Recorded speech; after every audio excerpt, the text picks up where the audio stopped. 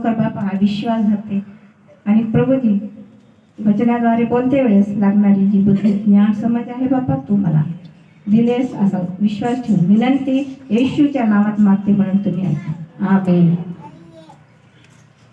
एका गोष्टीद्वारे मी सुरुवात करते कारण माझ्या संदेशचा टॉपिक आहे आज आपली जवाबदारी अपनी जिम्मेवारी क्या है.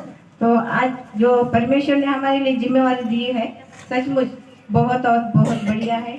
और आज का जितने भी गाने हुए हैं संगीत पिता परमेश्वर की आराधना हुई है उस आराधना के द्वारा प्रभु परमेश्वर ने सेवकाई और प्रभु की स्तुति आराधना किस प्रकार से हमें करना है और हर एक मुख के द्वारा प्रभु ने उनकी स्तुति कर लिया है. तो धन्यवाद देती हूँ इस सुंदर से आराधना के लिए. जब आराधना हो रही थी तो मुझे पूरा ऐसा क्यों पिता परमेश्वर का पवित्र आत्मा इस कलीसिया में हमारे हर एक के ऊपर प्रभु का आशीष है. क्यों क्यों तो परमेश्वर का जो टचिंग है जो ब्लेसिंग है जो आशीष का हाथ है हमारे सभी के ऊपर आशीष का हाथ पर प्रभु का था. इस बात से हमें ये होता है कि जब अपन परमेश्वर की स्तुति महिमा गौरव करते हैं तो अपने शरीर में अपने मन में वो हलचल होती है. तो प्रभु परमेश्वर को धन्यवाद देती हूँ. उस तरीके से प्रभु ने मुझे स्पर्श किया है और प्रभु का वचन बोलने के लिए प्रभु ने मुझे अगुवाई की है. आजचं जे वचन होतं मी आपण वाचलेलं नाव सर्वांनी इफिसिकरास पत्र याचा 4था अध्याय 11 ते 16 पर्यंत. आजचं माझं टॉपिकच आहे आपली जबाबदारी अपना फर्ज.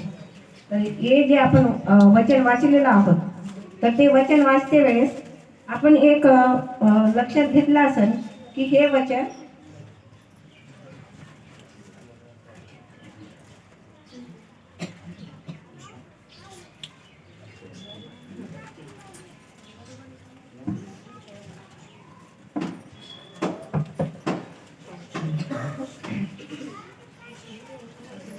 आजचं जे वचन आहे आपण वाचलेलोच आहोत इफिसिकरास 4था अध्याय आणि 11 ते 16 पर्यंत वाचलेलं आहोत आपण.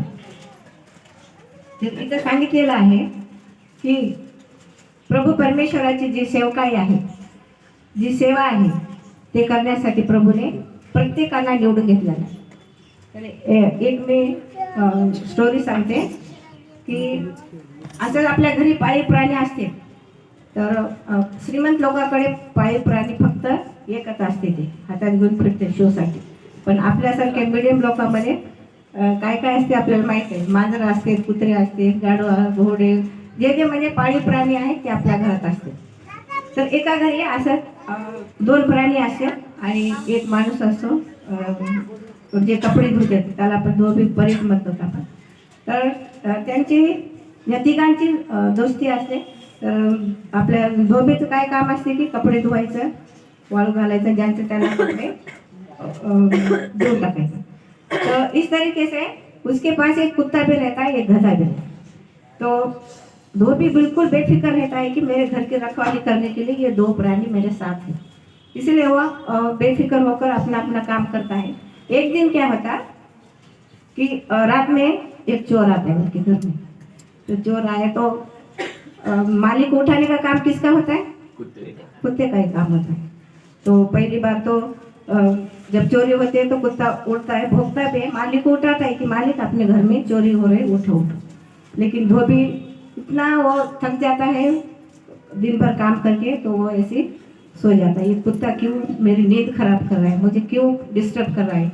इसीलिए उसको बहुत गुस्सा आने के बाद वो क्या करता है लकड़ी लेता है उसको मारता. तो बाद में कुत्ता ये बोलता कि अरे मेरा जो फर्ज था मेरी जो जिम्मेवारी थी मुझे जो मालिक ने समझाया है कि कोई घर में आया चोर आया है कोई या तो उसके लिए मुझे उठाना है बोलना है भूखना है मेरा काम मैंने किया पता नहीं क्यों मालिक ने मुझे मारा. इस तरीके से फिर उसको थोड़ा सा बुरा लगता है. ये चिल्ला के थोड़ा सा फिर बैठ जाता है एक जगह पे.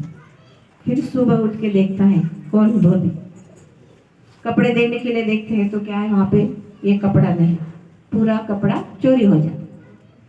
तब धोबी को समझ में आता कि अरे मेरा जो कुत्ता था ईमानदार मुझे जो मुसीबत से वो बचाने के लिए मेरी मदद करने के लिए वो आया था लेकिन मैंने उसको गलत समय पे गलती से उसको मैंने मारा। क्यों? वो मेरी नींद के कारण, आलस के कारण। अगर वो कुत्ते की बात मानता तो उसको किसी बात की वो चोरी नहीं होती थी और उसको नुकसान नहीं होता।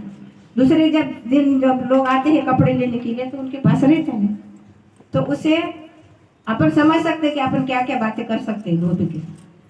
फिर इसी तरीके से कुछ दिन ऐसे हो जाते, फिर और 10-12 दिन के बाद फिर एक चोरी होती। क्यों? तो वो चोर को पता चलता कि अरे मैं तो इतना चोरी करा लेकिन मुझे कुछ पनिशमेंट मिला ही नहीं, कोई मेरी इंक्वायरी करे नहीं, इसलिए मैं चलो और थोड़े दिन के बाद जाऊंगा। फिर चले जाता है, फिर चोरी करता है। फिर कुत्ता जब भौंकेगा क्या? नहीं भौंकेगा। क्यों? क्यों तो फिर से मुझे मार पड़ी। मेरा फर्ज मैं निभा रहा था लेकिन उसने मुझे मेरे मालिक ने मारा, इसलिए मैं नहीं भौंकूंगा। सब क्या जो गधा रहता है, गाढव जे असते ते ओरडायला सुरू कर, गाढव। तो मालिक बोलता कि अरे अभी ये गधे को क्या होगा? अगर चोरी हो रही तो मुझे कुत्ता उठा सकता था, गधा क्यों चिल्ला रहा है? इसीलिए वो क्या करता है कि गधे को फिर से पीटता, मारता है उसको। तो वो बोलता है कि फिर सुबह के जैसे उठना और देखना, उसके बाद वो देखता है कि अरे चोरी हो गई, इसीलिए गधे ने चिल्लाया था। शायद क्या हो ही गया था, चिल्लाया था, चोरी हो गई, अब चलो जो होना है हो गया। तब उसको एहसास होता है, किसको? धोबी को। दोनों प्राणी मेरे साथ ईमानदारी से कर रहे थे लेकिन मैंने उनको गलत समझा। तो ये दोनों बात करते रहते हैं। कौन? कुत्ता और डॉग। कुत्ता और गधा और कुत्ता है ना, बात करते रहते। अरे तू इस दिन भौंका, तेरा काम तूने करा, तेरी जो जवाबदारी थी तूने किया, लेकिन मालिक ने तुझे मारा। ऐसा बात कौन कर रहा है? गधा। गाढव म्हणत आहे कुत्र्याला, कुत्रा म्हणत आहे अरे मैं भी मेरा फर्ज निभाया लेकिन मालिक ने मुझे मारा, लेकिन तू क्यों भौंका? ये बात कुत्ता गधे से बोलता है। गधा बोलता अरे तू चिल्लाया नहीं, अपने मालिक को उस मुसीबत से बचाने के लिए, चोरी से बचाने के लिए मैं मालिक की मदद की और मैंने चिल्लाया। तो जब कुत्ता बोलता है अरे पागल, जिसका काम उसी को साजे, दूजा करे तो दंड पाए। म्हणजे ज्यांचं काम, जिसकी जिम्मेवारी, जिसकी जवाबदारी जो है उन्हें करना है। अगर दूसरे किसी ने किया तो ना ही उसको फायदा होता है कुछ, और ना ही उसका कुछ मतलब निकलता है।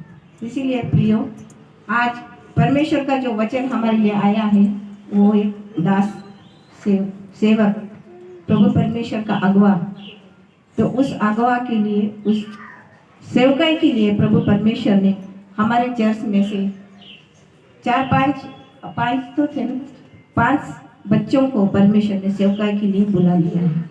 तो जिसको जहाँ पे रखना है परमेश्वर उसी को वहाँ पे रखता है। तो जिस तरीके से अपना शरीर है, शरीर में एक अवयव एक ही काम नहीं कर सकता, बहुत सारे अवयव हैं, तो हर एक का काम अलग अलग है। हर एक अवयव अगर ठीक ढंग से काम करेगा तो अपना लाइफ, अपना शरीर, अपने जीवन की जो भी योजना है वो सही मायने में काम करती है।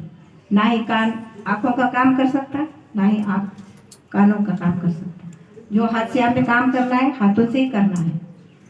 परमेश्वर ने जहाँ जिस किसी को भी जो भी पोस्ट पे रखा है वो हमारी नहीं, प्रभु परमेश्वर की योजना है।